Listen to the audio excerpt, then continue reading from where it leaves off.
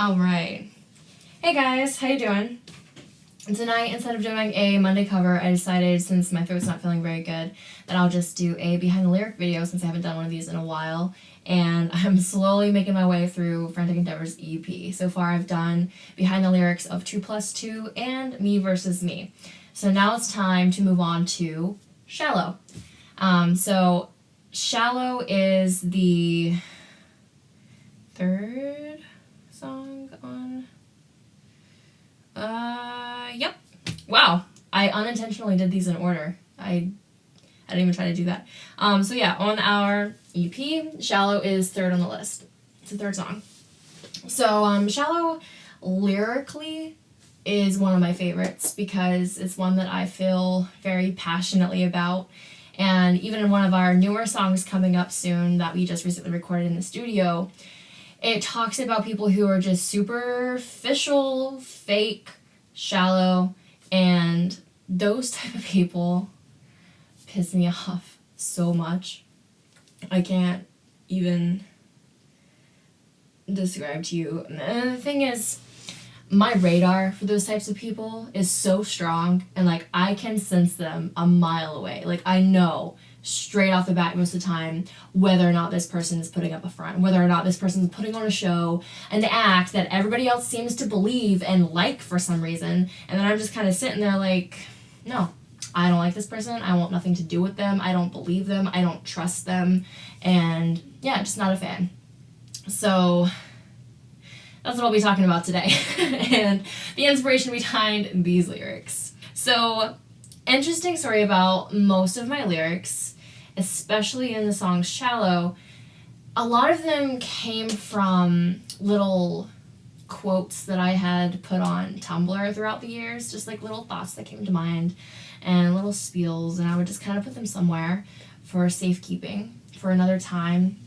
You know, just something that kind of stuck with me or stood out to me, I would just put it aside for remembering, so I could look back on it one day and be like, oh yeah, so that's what I thought about that, and that's what I was thinking at this time and place in my life, and I would always give it a poetic twist. So that's what I use Tumblr for. Nobody knows I have one, it's just there for me, it's just there for my thoughts. It's kind of like a little quote diary. A lot of the lyrics from Shallow came from that. I just kind of pieced them all together, and they just happened to fit together into the same narrative. So what I'm gonna do, what I usually do is I bring up the lyrics on my phone, and I kind of break them down, and I go piece by piece, just kind of explaining the inspiration, what it means, if it's symbolic, if it's poetic, and I work my way through the entire song just to kind of explain it to everybody and the reason why I wrote it. Just take a sip of my tea because my throat is killing me. Okay. I went so long without getting sick, now it's finally catching up to me. So the song starts off by saying immediately, it's cool not to care. If you feel something, don't let them know it's there. They just want to feel good. Forget doing what you should. Through their eyes, you're either too much or not enough. Maybe they'll care, but not when you need them to. It's pretty self-explanatory, to be honest with you, but just to break it down in my own words, it's cool not to care. I mean, you'll run into people all the time who put up a front of not caring so that they don't get their feelings hurt, so that they, don't wear their heart on their sleeve, so in the long run, they're not damaged by other people, so that they are protected, so that they're shielding themselves from what others could do to them, whether it be abusive language or something is done to them. So people will put up that front that they just, they don't care. And that's the thing, like, it's trendy to not care because it's easier. It's so much easier not to care. Like, your life is lacking, but at the same time it's kind of easier because you don't have to deal with being caught up in your emotions and letting your emotions control you and influence you to be a people pleaser or to be hurt by something or affected by something that might emotionally impact you. And then if you feel something, don't let them know it's there. Like, if you feel passionately about something, if you feel hurt, if you feel sad, if you feel really, really excited about something that people just won't really care about, then just don't tell anybody. Just keep it to yourself. They're not going to care anyway. most people pretend to care, but that's what that lyric means. It means that if you feel something passionately one way or another, whether it be negative or positive, a lot of people either won't feel comfortable with it, they won't know how to handle it, they won't know how to receive it, and they won't know how to return it.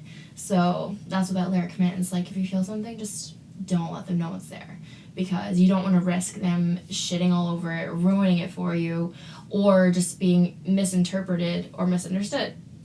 And then the next lyric is, they just want to feel good. And that sums it all up to, people literally just want to have a good time. People are here for a good time. They want to be happy. They want to feel good. They want, positivity around them at all times. No negativity, because that's bad, and you can't have negativity in your life, because that means you're having a bad life if that happens.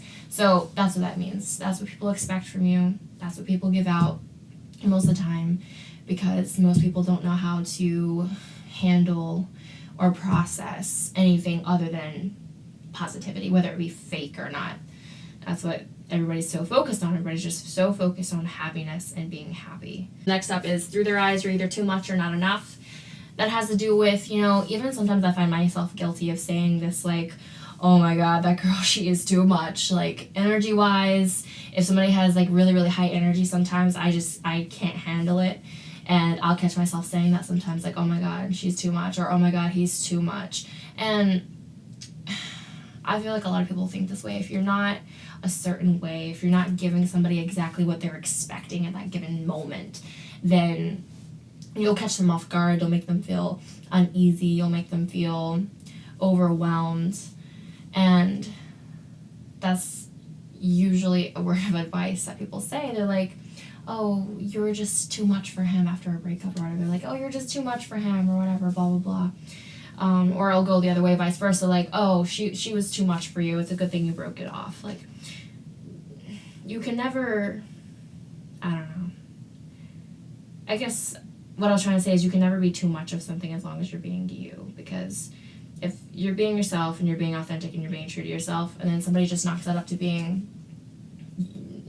being too much, then that's just kind of reflecting more on them than you, and it's showing that your energy and your personality and your thoughts and opinions and everything just don't mesh well with that person. And maybe it's a sign, maybe it means that you should just go find somebody else to click with. And maybe they'll care, but not when you need them to. This is a recurring theme in, I think, everybody's life, because you could be upset about something minor that doesn't really mean a whole lot, and you'll just kind of bitch about it to somebody else, and they'll be there for you, they'll be there for the drama, they'll be there for like, oh my god, yeah, that's what happened, and they'll care about those little things. But then you go through something traumatic, you go through something serious, you go through something that really impacts you, and then you notice that not as many people are there for you, not as many people will be willing to let you vent, not as many people will be there through that.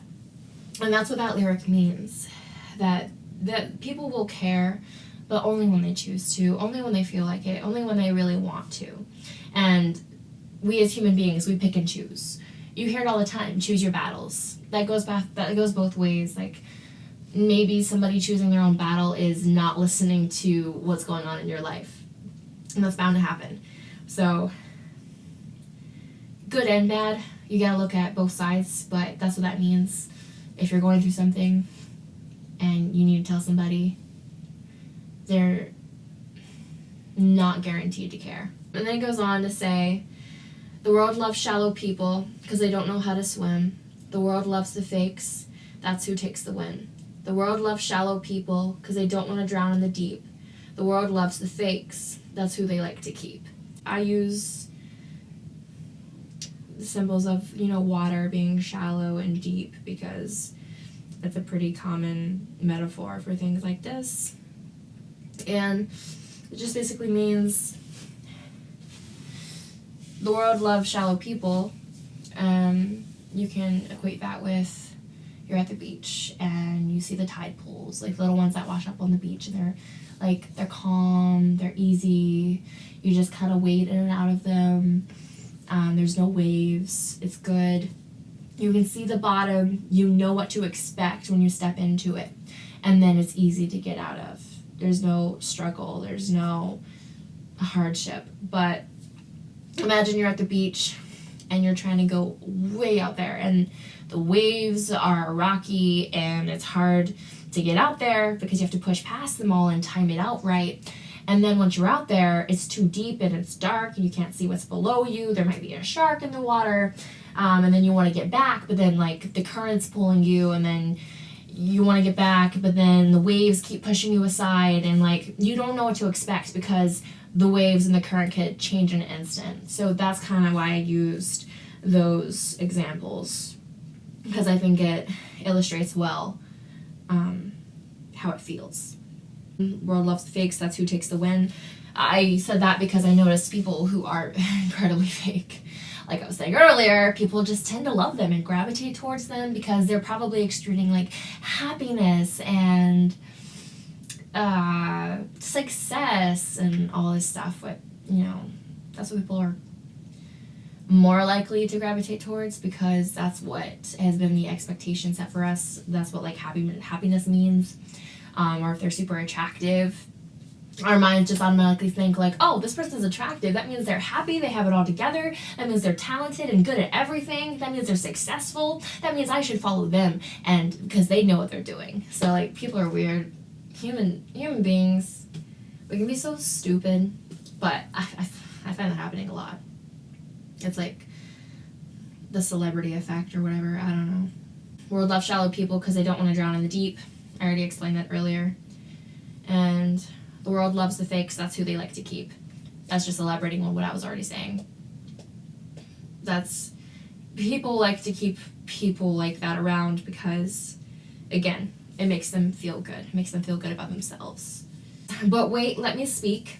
Cause a riptide, head dive, right into the current, pull them out to sea, capsize, sink right in and let the waters rise. Who we are is not who we want to be. And if we are, then we're not who we think we are. So this kind of elaborates off of what I was saying earlier about how when you go deep into the ocean, you don't know what to expect. So that's why I use words like riptide, head dive, right into the ocean, right into the current. Let it pull you wherever it may take you and just kind of go with the flow. Go against the currents, do what other people aren't doing, do what other people are too afraid to do. Pull them out to sea, capsize, basically do what you're scared of, do what you're afraid of doing. Sink right in and let the waters rise. Just like embrace it, become a part of it. And then this little part at the end is a little bit different, changes pace a little bit, but it's fun to say. It's kind of twisty. It's like who we are is not who we want to be. And if we are, then we're not who we think we are. So you got to think about that for a second. Who we are is not who we want to be. So me, myself, I know I can say that I'm happy with myself and I'm not dissatisfied or very insecure about a lot of things. But, oh my God, hang on. My throat is killing me. But I do know that I don't want to be the same as I am right now forever, because I can still be better. I can still improve. So why would I want to stay the same? So that's kind of what that line means. Who we are is not who we want to be. And then it says, and if we are who we want to be, then we're not who we think we are. And that means, like, if you think you finally made it, if you think you're done and you're accomplished and you're at your height of your being, then chances are you're missing something. You're not looking at the full picture. You're not analyzing yourself enough, because if you become so content with yourself that you become complacent and you stop working towards things, you stop striving towards things to be a better person and to be more successful or more compassionate or to learn more, have more knowledge, more skills, and just improve yourself in general. If you think you've made it, then you're wrong. Because I don't think any of us truly make it. I think we just keep trying, we just keep getting better and better and better, or worse, as our life goes on, and then our life ends before we can complete anything, really. I don't think there's really an end game, because it's just us trying over and over and over again, and just being who we are and trying to be better until we die. So then it goes on to the chorus. I saw your soul today. I swooped in and picked it up. All the pieces that needed mending, all the parts you thought were hated. I'm here to tell you it's not true. Every bit of every lie and heartbreak you've accompanied, every place that tears have flooded, I love them. I love them to pieces. Darling, it's okay.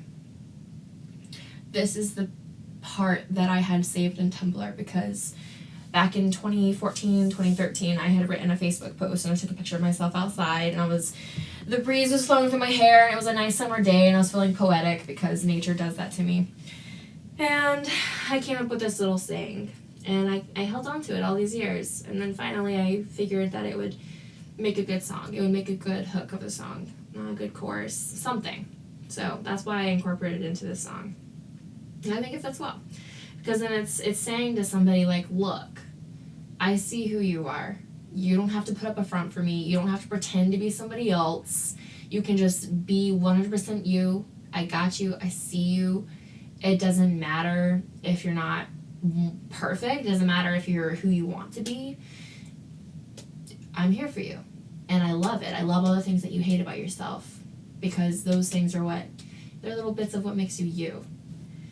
And I saw your soul today. I like that line because it feels raw and vulnerable. I see deeper than what you're showing everybody else or what other people see on, quick glance, or it's just like the naked self, the inner workings. Basically, it's like I swooped in and picked it up. All the pieces you needed mending, like, people that are broken, people that are defeated, they don't feel confident, they feel insecure with their authentic selves, with their soul. They're just not at peace. All the parts you thought were hated, I'm here to tell you it's not true. And all the things that you hate about yourself. The hatred is most likely just coming from you.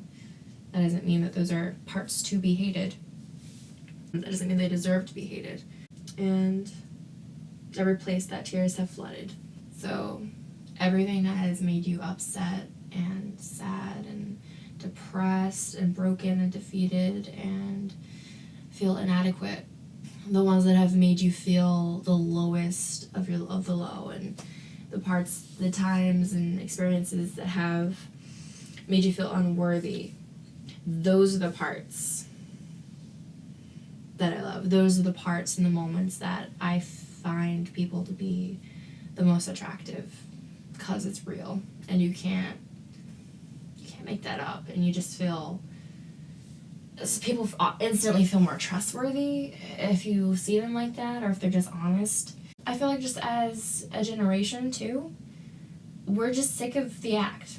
We're just tired of pretending to be okay. We're just tired of making it by and having this classic little life where we go to work, we get a house, we settle down, we do all the things we're supposed to do, and then we'll be happy because that's the American life and that's what we do. Yeah, I don't know. I feel like people more and more are seeing that there's so much more, and it really doesn't matter. All these little things, it doesn't matter. All the things that we put up a fuss about, in the grand scheme of things, there's no point, and they're really just distractions, and they're really just things to be busy about, because most of the time people aren't busy enough doing other things, such as making the world a better place, or making themselves a better person, or helping others be a better person. I don't know. I don't want to call out our generation and say like, oh, we're the only ones who are like seeing this and noticing, because I know that's happened in all of the generations previous to. There's always gonna be somebody who sees past it all.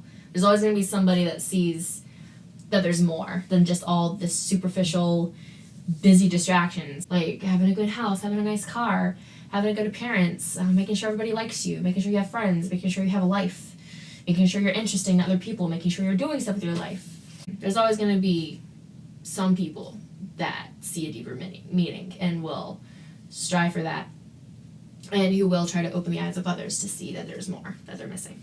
So then it goes on to the next part. we can try to be real and remember how to feel. We can live off script, rewrite the end, try to convince them that they can still see underwater. All we have to do is close their mouth, take a breath. It's not a threat. Come on down, you won't drown. Trust me now, you won't drown. This is kind of a call to action part of the song, saying that we can do away with all this shallow fakeness, and you know, we can be real.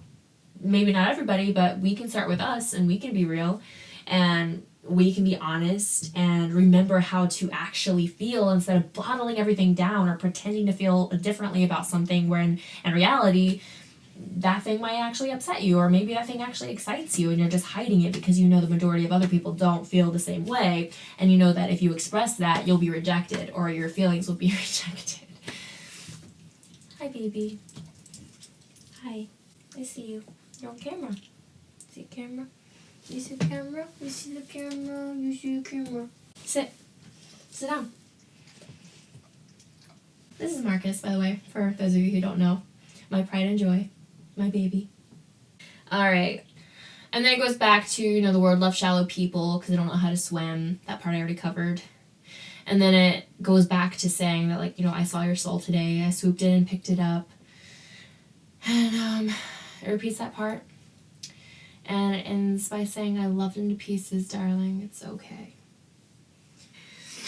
I think I'm going to end it here. Again, I'll end by saying that, you know, Frantic Endeavor is my band. We're a progressive rock band from Massachusetts. And we play the New England area. We play Providence, Rhode Island. We play Boston, Cambridge area. If you live in the area, we have a Facebook page where we're always keeping people up to date on what we're playing. We have Twitter, we have Instagram. We're pretty active on our Instagram, so lots of pictures from shows and different things that we're up to on there. We also have a YouTube channel where I do the filming and editing of certain videos, a glimpse in our band life, band practices, what we're up to, just kind of us goofing around sometimes, us demoing things sometimes. So give that a look. Type in Frantic Endeavor into YouTube because we don't have enough subscribers yet to have a custom URL. So go subscribe so we can have a custom URL so we can give that to people instead of just saying go type in Frantic Endeavor. I'll put all the links down below though to make it easy for you because let's face it, we're all lazy. I'm lazy when it comes to stuff like this. I'm like, if I hear in a video that somebody's asking me to go and type in a link and go find it myself when they could have easily just dropped it down below and I could have just clicked on it.